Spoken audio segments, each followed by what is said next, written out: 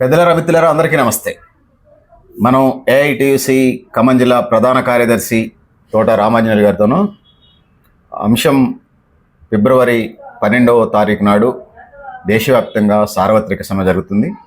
ముఖ్యంగా trade unions దేశవ్యాప్తంగా ఉన్నటువంటి కార్మిక సంఘాలు, సంఘటితంగా ఉన్నటువంటి కార్మిక సంఘాలు ఆయా విభాగాలు ఏం కోరుతున్నాయి, వాటికి సంబంధించిన విషయాలు మనం సార్ అడుగుతున్నాం. Sir right. అందరికీ నమస్కారం అండి. విషయం ఏంటంటే ఫిబ్రవరి 12వ తేదీన దేశవ్యాప్తంగా ఉన్నటువంటి అఖిలపక్ష కార్మిక సంఘాల ఆధ్వర్యంలో ఒక సార్వత్రిక సమ్మెను నిర్వహించబోతున్నాయి. ఇది దాదాపు మోడీ గారు ఆయన ప్రభుత్వంలోకి వచ్చిన తర్వాత ఇది 11వ సమ్మె.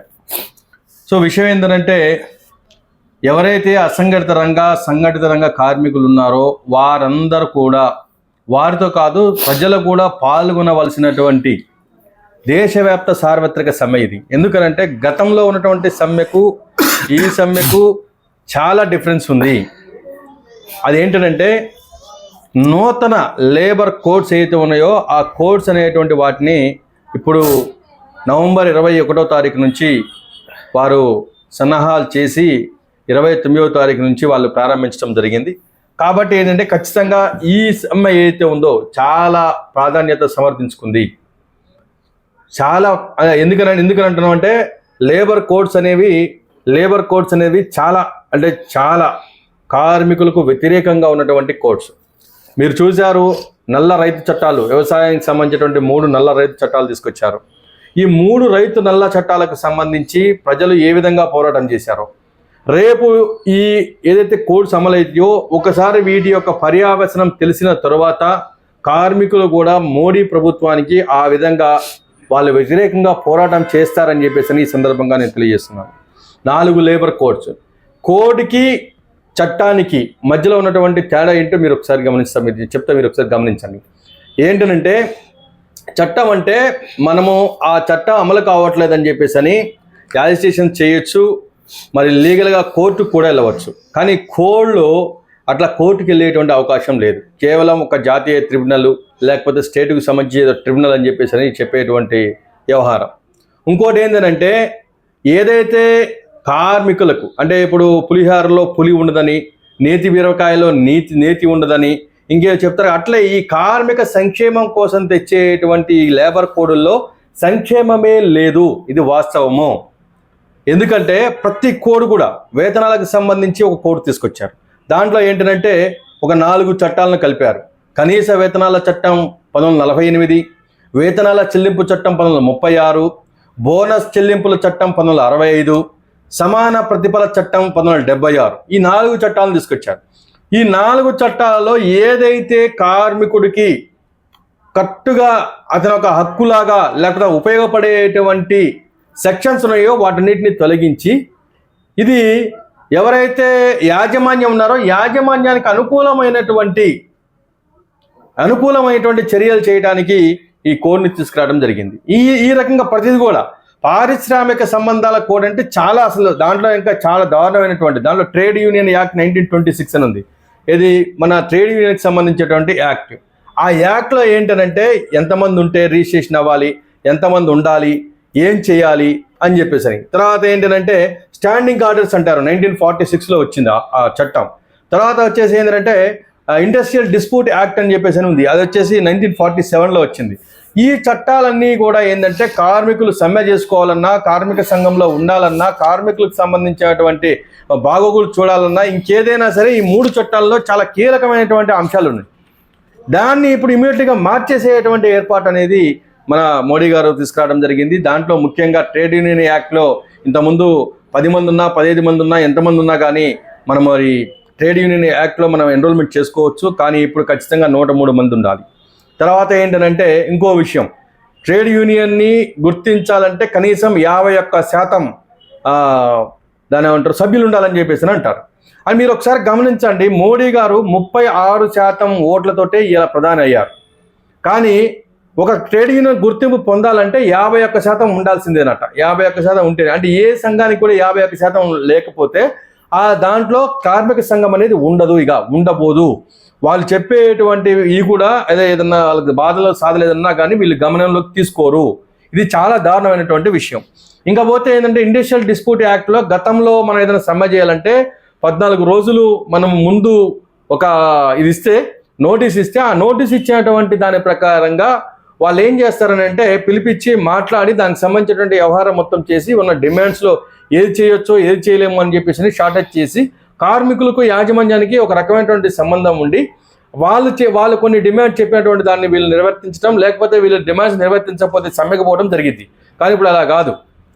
6 వారాల ముందు ఇవ్వాలట. మీరు ఒకసారి గమనించండి, 6 వారాల ముందు సమ్మె నోటీస్ ఇచ్చి కార్మికుడు ఆ యాజమాన్యం దగ్గరికి వెళ్ళగలడా? మళ్ళీ సమ్మె నోటీస్ ఇచ్చిన తర్వాత మళ్ళీ పోయి పని చేయగలడా? పని చేసిన తర్వాత సమస్య పరిష్కారం అయిద్దా? డిమాండ్స్ నెరవేరుస్తాయా? ఇంకోటేంది, ఒకవేళ ఈ సమ్మె చేస్తే ఇంతకుముందు సమ్మె లీగల్ ఇల్లీగల్ అని చెప్పేసి అని కొన్ని ఉండి వితౌట్ నోటీస్ చేస్తే ఇల్లీగల్ అని, విత్ నోటీస్ చేస్తే లీగల్ అని చెప్పేసి అని with in time short period ఏదైతే ఎమర్జెన్సీకి సంబంధించినటువంటి డిపార్ట్మెంట్స్ ఉంటాయో దానికి సంబంధించి చాలా రామ్స్ ఉన్నాయి. ఇప్పుడు ఏంటంటే అసలు ఈ సమ్మె అనేది ఇల్లీగల్, అసలు ఇక సమ్మె అనేది చేయడానికి లేదు అనేటువంటి విషయంగా దీన్ని తీసుకురావడం జరిగింది. ఇది చాలా దారుణం. సమ్మె చేసే హక్కు అనేది కార్మికుడు కోల్పోతారు. దీంతో పాటు ఏంటంటే సామాజిక భద్రత, అంటే ఇప్పుడు మీరు చూస్తూ ఉంటారు కార్పస్ ఫండ్ అని చెప్పేసి అని ఆ TCSS వాళ్ళు కానివ్వండి, లేకపోతే మన దగ్గర సింగరేణి వాళ్ళు కానివ్వండి, వీళ్ళంతా కూడా కొంత ఫండ్ తీసి సమాజానికి ఉపయోగపడేటువంటి విషయాలు చేస్తారు. కొన్ని గ్యాస్ లీక్ అయ్యేటువంటి కొన్ని దాని ఏమంటారు రసాయనాలు ఉపయోగించేటువంటి ఫ్యాక్టరీస్ ఏం చేస్తారని అంటే మన దగ్గర ITC ఫ్యాక్టరీ ఉంది. వాళ్ళు ఏం చేస్తారు, మొక్కలను పెంచుతారు. అదే సింగరేణి ఉంది, మొక్కలను పెంచుతారు. కానీ ఇప్పుడు అటువంటి ఏమీ చేయాల్సినటువంటి అవసరం లేదు. దీంట్లో ఏంటి, ఉద్యోగుల నష్టపరిహార చట్టం, అంటే నష్టపరిహారం ఇవ్వడానికి ఏం లేదు ఇంకా దాంట్లో. తర్వాత బీమా చట్టం, బీమా చేయించాల్సిన అవసరం లేదు, బీమా పట్టణం మీరే చేయాలి. భవిష్య నిధి అంటే PF అంటాం కదా, ఆ PF చట్టం 1952 దానికి కూడా ఏం లేదు. తర్వాత వచ్చేసి ఎంప్లాయ్మెంట్ ఎక్స్చేంజ్, దీంట్లో ఏంటంటే వాడు అనుకున్నప్పుడు యాజమాన్యం అనుకున్నప్పుడు కార్మికులను తొలగించవచ్చు.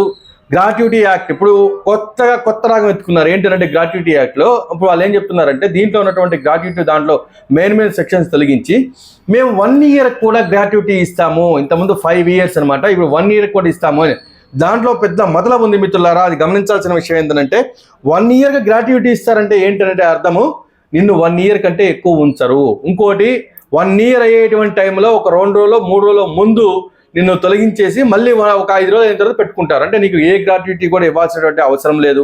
తర్వాత వచ్చేసి సినీ కార్మికులకు సంబంధించినటువంటి ఒక యాక్ట్ ఉంది 1981లో. భవన నిర్మాణ కార్మికులకు సంబంధించి ఒక యాక్ట్ వచ్చింది 1996లో.